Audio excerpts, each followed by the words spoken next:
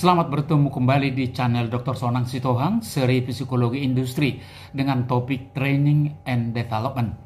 Namun saudara-saudara sekalian, sebelum kita mulai, jangan lupa tekan tombol subscribe dan lonceng notifikasi agar tidak ketinggalan informasi berikutnya dari channel ini. Latar belakang program dan pelaksanaan pelatihan dan pengembangan atau training development ya sering kita dengar dalam dunia kerja di perusahaan, organisasi, lembaga, atau bahkan dalam dunia industri. Hal ini dapat diasumsikan bahwa pelatihan dan pengembangan sangat penting bagi tenaga kerja untuk meningkatkan kompetensi agar karyawan mampu bekerja lebih efisien dan efektif sehingga memiliki produktivitas kerja yang tinggi yang menjadi dasar untuk memiliki kinerja yang superior.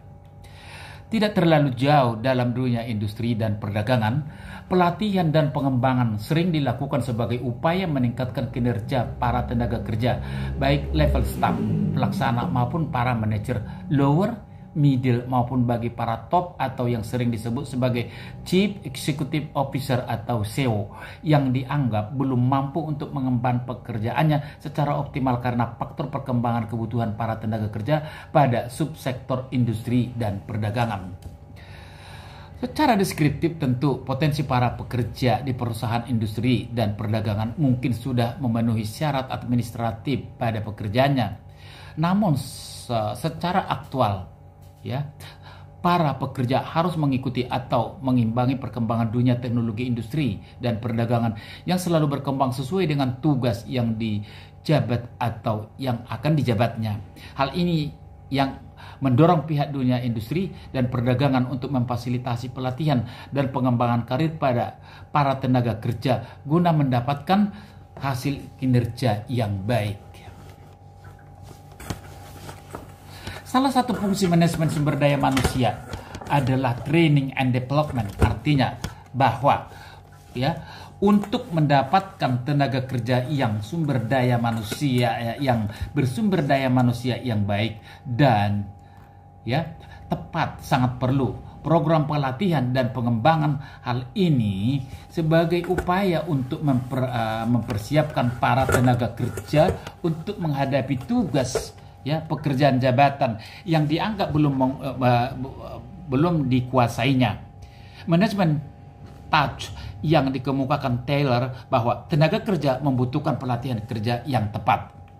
Teori ini sangat tepat untuk menghindari kemungkinan terburuk dalam kemampuan dan tanggung jawab pekerja, sehingga dalam menyelesaikan tugas jabatan lebih efektif dan efisien sesuai dengan aturan yang telah ditetapkan. Dalam dunia industri dan perdagangan, biasanya para tenaga kerja akan menduduki jabatan baru yang didukung dengan pendidikannya atau belum mampu melaksanakan tugasnya. Biasanya, upaya yang ditempuh adalah dengan melakukan pelatihan dan pengembangan karir. Melalui program pelatihan dan pengembangan, tenaga kerja akan mampu meningkatkan, mengembangkan kompetensinya sehingga akan memiliki kinerja yang handal. Dasar pelatihan dan pembelajaran. Dalam pemberian pelayanan pendidikan sepanjang masa kepada masyarakat, muncullah berbagai konsep mengenai pendidikan non-formal atau yang diselenggarakan. Banyaknya pihak yang membahas mengenai pendidikan non-formal yang dianggap sebagai pendidikan yang mampu memecahkan masalah. Nah, istilah pelatihan tidak lepas dari latihan karena keduanya mempunyai hubungan yang erat. Latihan adalah kegiatan atau pekerjaan melatih untuk memperoleh kemahiran atau kecakapan atau keterampilan dalam bidang-bidang tertentu. Dasar pembelajaran. Belajar atau study pada hakikatnya adalah proses interaksi terhadap semua situasi yang ada di sekitar individu. Belajar dapat dipandang sebagai proses yang diarahkan kepada tujuan dan proses berbuat melalui berbagi pengalaman. Belajar juga merupakan proses melihat, mengamati, dan memahami sesuatu. Pembelajaran merupakan akumulasi dari konsep pengajar dan konsep belajar. Penekanannya terletak pada perpaduan antara keduanya, yakni kepada pembuatan aktivitas subjek didik. Konsep tersebut dapat dipandang sebagai suatu sistem, sehingga dalam sistem belajar ini terdapat komponen-komponen ya peserta, tujuan, materi untuk mencapai tujuan, fasilitas, dan prosedur, serta alat untuk media yang harus dipersiapkan. Sebagaimana dinyatakan oleh Davis, bahwa learning system menyangkut pengorganisasian dari perpaduan antara manusia, pengalaman belajar, fasilitas, pemeliharaan, atau pengontrolan dan prosedur pengaturan interaksi perilaku pembelajaran untuk mencapai tujuan. Demikian halnya juga dengan teaching system, di mana komponen perencanaan mengajar, bahan ajar, tujuan materi dan metode, serta penilaian dan langkah mengajar akan berhubungan dengan aktivitas belajar untuk mencapai tujuan. Saudara-saudara sekalian, kenyataan bahwa dalam proses pembelajaran terjadi pengorganisasian, pengelolaan dan transformasi informasi oleh dan dari dosen, misalnya dosen kepada mahasiswa. Ketiga kategori kegiatan dalam proses pembelajaran ini terkait erat dengan aplikasi dan konsep sistem informasi manajemen. Keterampilan mengorganisasi informasi ini merupakan dasar kelancaran proses pembelajaran. Ini menjelaskan bahwa belajar adalah kemampuan untuk mampu mengorganisasikan informasi, merupakan hal yang mendasar bagi seorang peserta didik.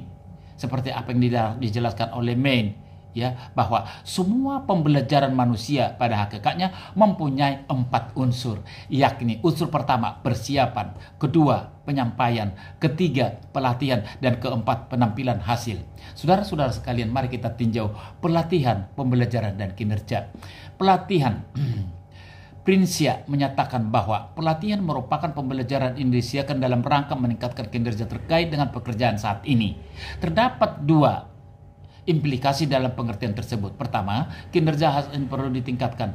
Ada kesenjangan antara pengetahuan dan kemampuan pegawai saat ini dengan pengetahuan dan kemampuan yang dibutuhkan saat ini. Kedua, pembelajaran bukan untuk memenuhi kebutuhan masa depan, namun untuk dimanfaatkan dengan sesegera mungkin. Kapel juga menyatakan bahwa pelatihan merupakan upaya sistematis dan terencana untuk mengubah atau mengembangkan pengetahuan atau keterampilan atau sikap melalui pengalaman belajar dalam rangka meningkatkan efektivitas kinerja, kegiatan, atau berbagai kegiatan. Pelatihan sebagai bagian dari pendidikan yang mengandung proses belajar untuk relatif singkat dalam waktu relatif singkat dan metode yang lebih mengutamakan praktek daripada teori. Beberapa pengertian tersebut di atas menjabarkan bahwa pelatihan merupakan proses membantu peserta pelatihan untuk memperoleh keterampilan agar dapat mencapai efektivitas dan efisiensi dalam melaksanakan pekerjaannya. Mari kita lihat saudara-saudara secara rinci. Tujuan pelatihan: 1. Memperbaiki kinerja. 2. Memutakhirkan keahlian para karyawan, ya, sejalan dengan kemajuan teknologi. Yang ketiga, mengurangi waktu pembelajaran bagi karyawan baru. Yang keempat, membantu memecahkan masalah operasional. Yang kelima, mempersiapkan karyawan untuk promosi. Dan keenam, mengorientasikan karyawan sehingga menimbulkan kesan yang menyenangkan bagi karyawan. Dan yang ketujuh, memenuhi kebutuhan pertumbuhan pribadi pelatihan. Dapat meningkatkan pertumbuhan pribadi bagi semua karyawan, tentunya yang mengikuti pelatihan. Manfaat pelatihan yang pertama, meningkatkan kualitas dan kuantitas produktivitas. Mengurangi jumlah dan biaya kecelakaan kerja, ya, mengurangi waktu belajar yang diperlukan karyawan untuk mencapai standar kinerja yang superior, menciptakan sikap, loyalitas, dan kerjasama yang lebih menguntungkan. Yang kelima, memenuhi persyaratan perencanaan sumber daya manusia. Dan keenam, membantu karyawan dalam meningkatkan dan mengembangkan pribadi mereka. Indikator yang digunakan dalam program pelatihan tentu yang pertama fasilitas pelatihan, 2 instruktur pelatihan, 3 materi pelatihan, 4 waktu pelatihan, 5 manfaat pelatihan. Pelatihan ditujukan untuk meningkatkan pengetahuan dan keterampilan peserta pelatihan seperti yang saya jelaskan sebelumnya. Oleh karena itu program pelatihan harus dirancang sedemikian rupa agar semua peserta pelatihan memperoleh manfaat yang maksimum dari pelaksanaan pelatihan tersebut. Komponen pelatihan: 1. Masukan sarana atau instrumen input. 2. Masukan mentah atau raw input. Yang ketiga, masukan lingkungan atau environment input. Yang keempat, proses. 5. Keluaran output. Pasukan lain atau other input. Dan yang ketujuh, pengaruh impact. Saudara-saudara sekalian, prinsip pelatihan. Yang pertama, prinsip partisipasi. 2. Prinsip repetisi. Yang ketiga, prinsip relevansi. Dan keempat, prinsip pengalian pengetahuan dan keterampilan. Yang terakhir, prinsip umpan balik. Pembelajaran, saudara-saudara sekalian, dalam melakukan training atau development tentu ada proses pembelajaran. Pembelajaran, organisasi yang bersedia untuk melaksanakan eksperimen dan mampu belajar dari pengalaman-pengalamannya akan lebih sukses dibandingkan dengan organisasi yang tidak melakukannya. Perusahaan yang melakukan pembelajaran organisasi adalah perusahaan yang memiliki keahlian dalam menciptakan, mengambil, dan mentransfer pengetahuan dan memodifikasi perilakunya untuk merefleksikan pengetahuan dan pengalamannya. Pengertian pembelajaran organisasi, ya, pembelajaran organisasi.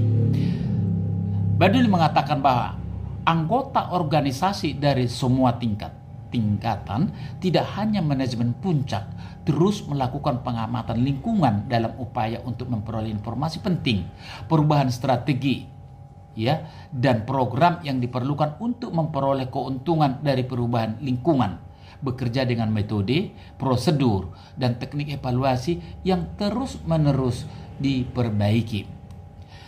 Selanjutnya Dixon mengatakan bahwa pembelajaran organisasi menekankan penggunaan proses pembelajaran tingkat individu, kelompok, dan organisasi untuk mentransformasikan organisasi ke dalam berbagai cara yang dapat meningkatkan kepuasan para stakeholder.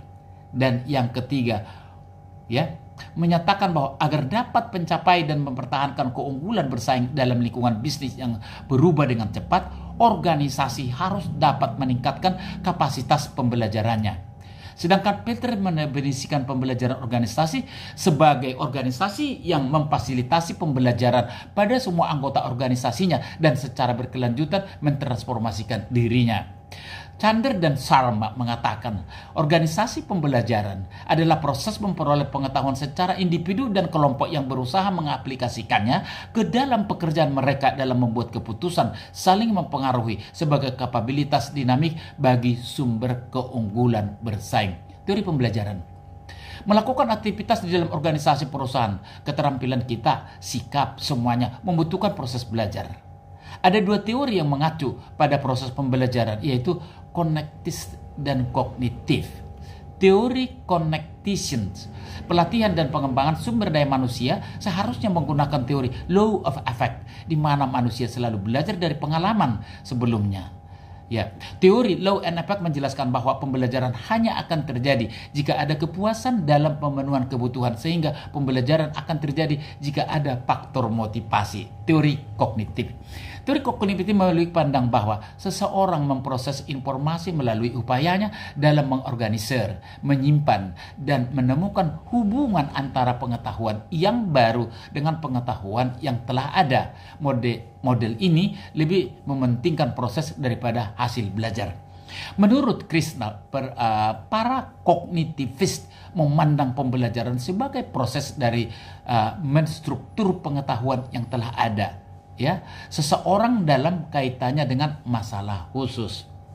Dimensi pengukuran pembelajaran organisasi, saudara-saudara sekalian, yang pertama, sistem berpikir. Yang kedua, model mental. Yang ketiga, keahlian personal. Yang keempat, kerjasama. Kelima, keahlian membagi visi bersama. Dan keenam, dialog. Strategi pembelajaran. Yang pertama, strategi pengorganisasian pembelajaran. Ya, strategi mikro, strategi makro, strategi penyampaian pembelajaran. Terdapat 5 prinsip dalam pembuatan media pembelajaran agar memberikan dampak yang positif pada saat pelaksanaan pelatihan dan pengembangan. Yang pertama, kecermatan dalam menjelaskan sesuatu. 2, interaksi yang mampu dibangun. 3, kemampuan khusus yang dimiliki. 4, motivasi yang bisa dibangun. Dan kelima, biaya yang dibutuhkan. Keenam, strategi pengelolaan belajar. Selanjutnya, saudara-saudara sekalian, ada 3 pengelompokan di strategi ini, yaitu yang pertama, berdasarkan pemberian informasi. 2, berdasarkan pemecahan masalah. Dan yang ketiga, berdasarkan penugasan. Macam-macam metode pembelajaran. 1, metode seminar, metode tanya jawab, ya, metode diskusi, metode latihan, metode demonstrasi, metode perancangan, metode percobaan. Nah, masing-masing metode mempunyai kekuatan dan kelemahan. Nah, tergantung mana yang paling sesuai yang digunakan atau diterapkan dalam suatu pelaksanaan pelatihan, tergantung daripada kebutuhan daripada organisasi tersebut. Saudara-saudara sekalian, fungsi metode pembelajaran. Yang pertama, alat motivasi intrinsik.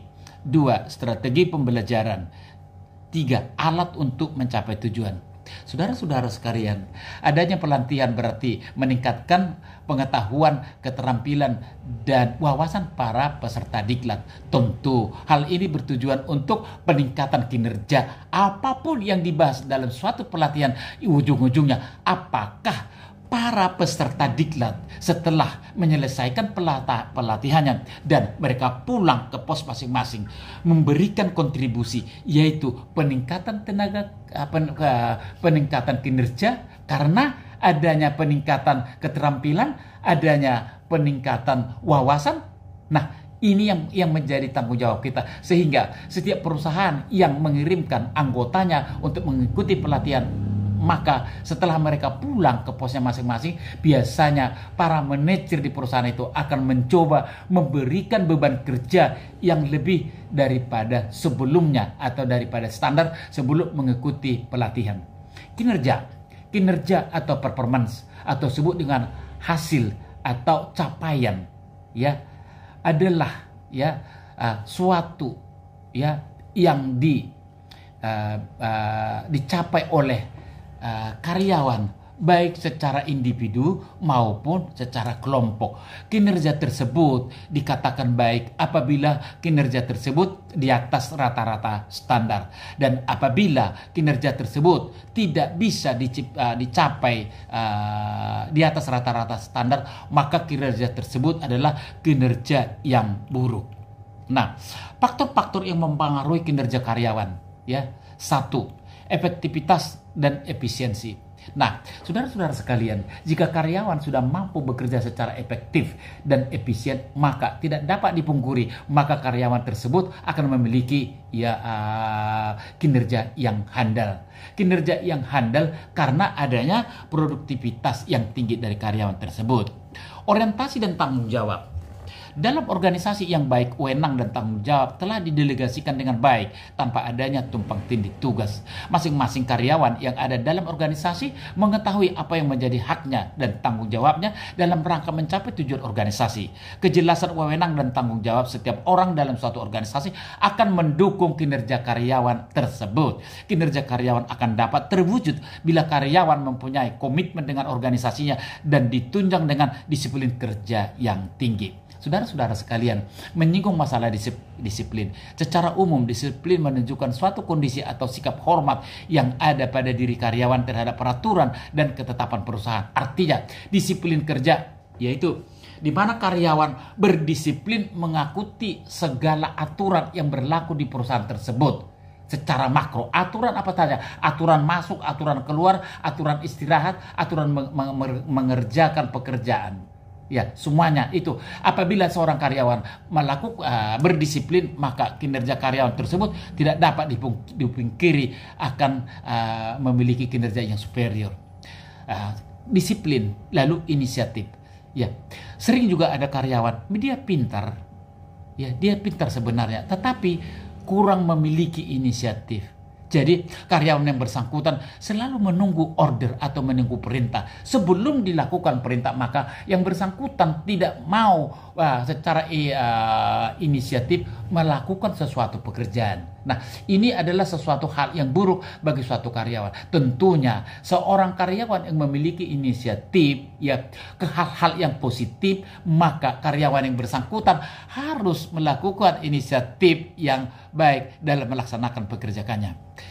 Saudara-saudara sekalian, indikator kinerja. Kinerja tadi kan performance atau hasil. Berarti untuk melakukan ataupun memahami kinerja seseorang itu naik atau tidak bisa dilihat 1 dari kuantitas, 2 dari kualitas, 3 dari standar waktu mengerjakan, 4 kemandirian dalam bekerja. 5. Kemampuan karyawan untuk bekerja sama dengan karyawan lain untuk mengerjakan pekerjaan yang dibutuhkan. Tujuan merupakan keadaan yang berbeda dengan cara aktif dicari oleh seorang individu atau organisasi untuk dicapai. Pengertian tersebut mengandung makna bahwa tujuan bukanlah merupakan persyaratan, juga bukan merupakan sebuah keinginan. Tujuan merupakan suatu keadaan yang lebih baik yang diinginkan dicapai di masa yang akan datang. Standar mempunyai arti penting karena pemberitahuan kapan suatu tujuan dapat diselesaikan. Standar merupakan suatu ukuran apakah tujuan yang diinginkan dapat tercapai. Ya, tanpa standar tidak dapat diketahui kapan suatu tujuan tercapai.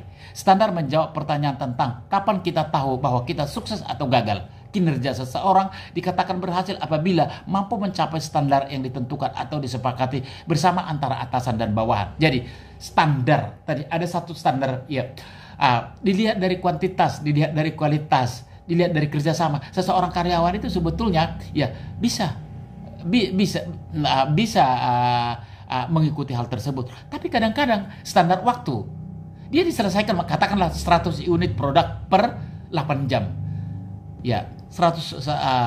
Nah, bisa dilakukan itu, tapi setelah habis waktu kerja pada jam 4 pada jam 3 dan 3 siang seharusnya harus 8, tapi ternyata hanya 5. Nah, itu tadi.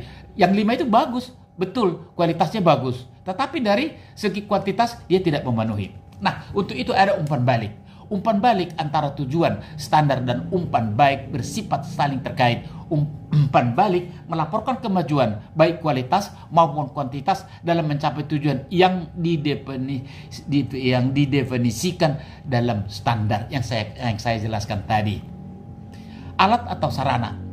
Alat atau sarana merupakan sumber daya yang dapat dipergunakan untuk membantu penyelesaian tujuan dengan sukses. Alat atau sarana merupakan faktor penunjang untuk pencapaian tujuan.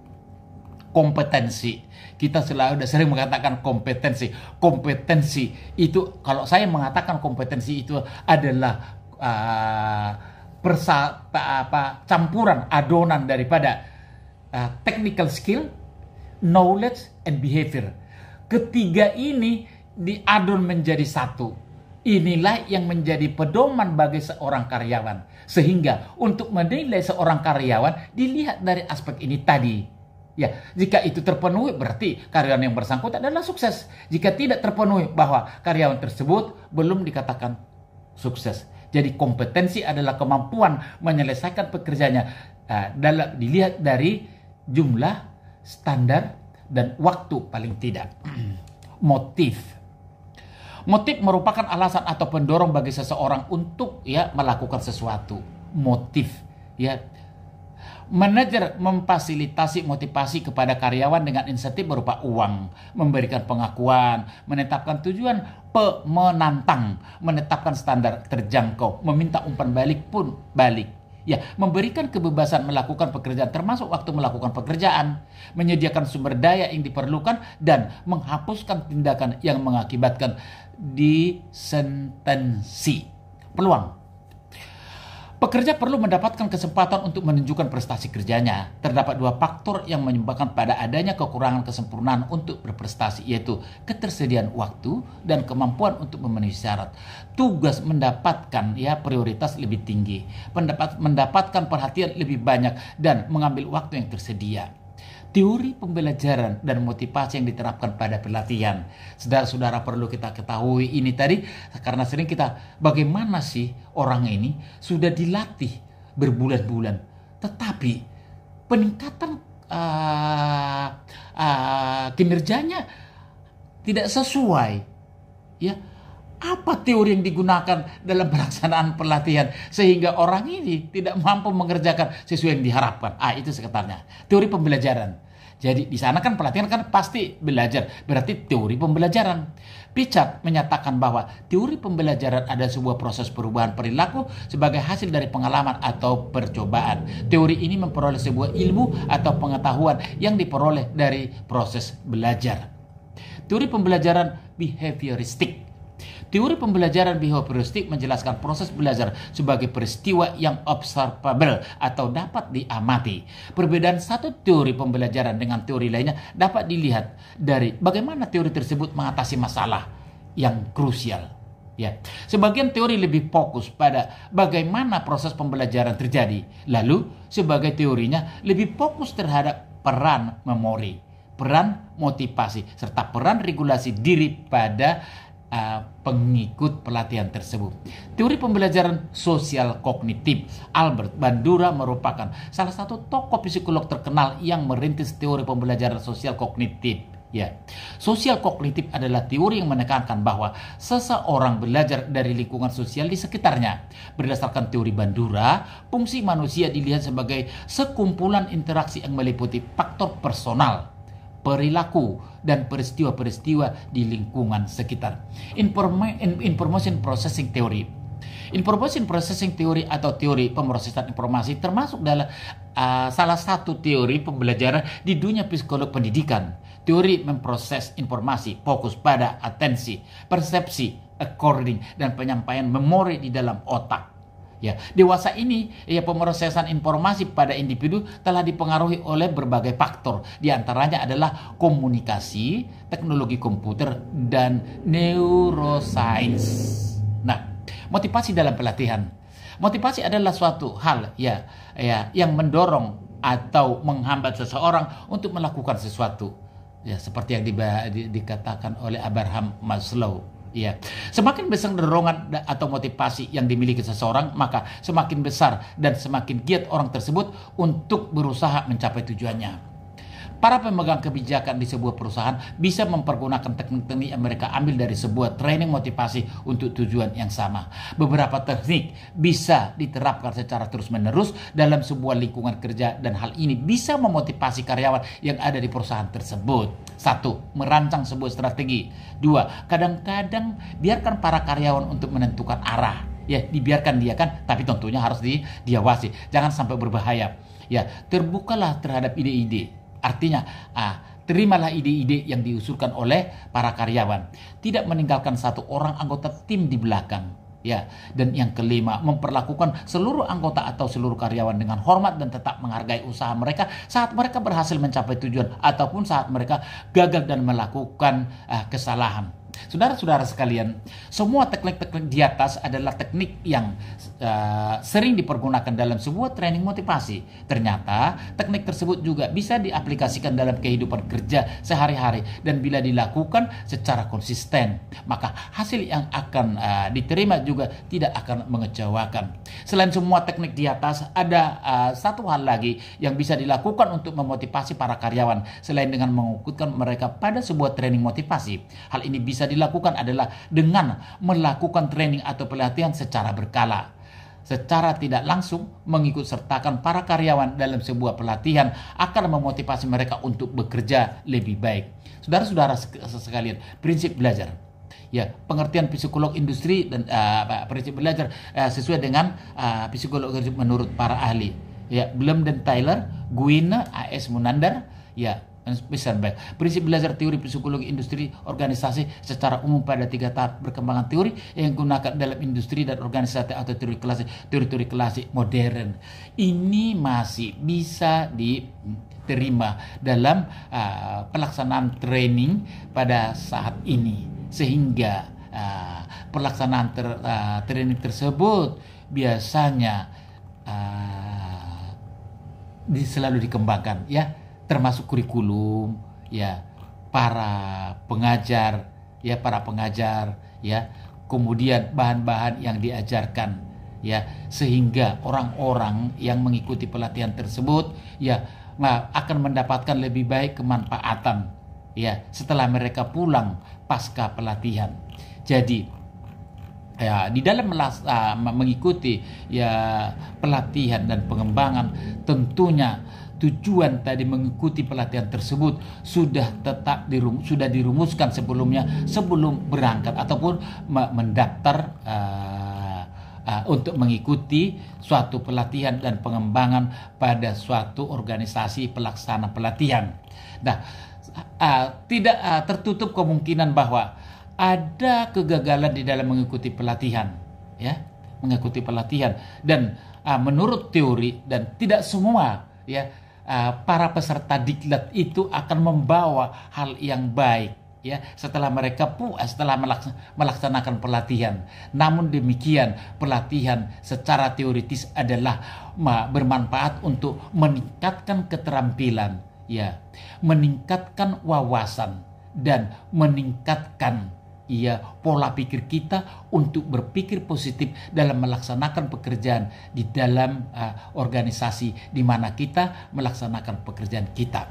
Saudara-saudara sekalian, kita sampai pada kesimpulan.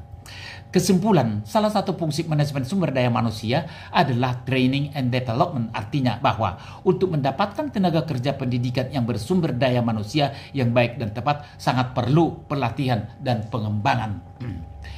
Yang kedua, pelatihan atau training adalah proses pendidikan jangka pendek yang menggunakan prosedur sistematis dan terorganisir sehingga tenaga kerja non-manajerial mempelajari pengetahuan dan keterampilan teknis untuk tujuan tertentu. Yang ketiga, pengembangan atau development diartikan sebagai penyiapan individu untuk memiliki tanggung jawab yang berbeda atau yang lebih tinggi dalam perusahaan, organisasi, lembaga, atau instansi pendidikan. Tujuan diselenggarakannya pelatihan dan pengembangan diarahkan untuk membekali, meningkatkan, dan mengembangkan kompetensi kerja guna meningkatkan kemampuan, produktivitas, dan kesejahteraan. Tentunya di sini disungguh kesejahteraan. Apabila setiap karyawan mampu menciptakan kinerja yang optimal, maka mereka akan mendapatkan sesuatu hadiah atas prestasinya dalam meningkatkan kinerja. Namun sebaliknya, bagi karyawan yang tidak mampu meningkatkan kinerjanya, mereka akan diberi punishment. Saudara-saudara sekalian, demikian paparan saya tentang training and development. Semoga bermanfaat adanya, dan apabila ada hal yang perlu diklarifikasi, dapat menghubungi saya melalui channel ini. Terima kasih dan sampai bertemu pada topik lainnya.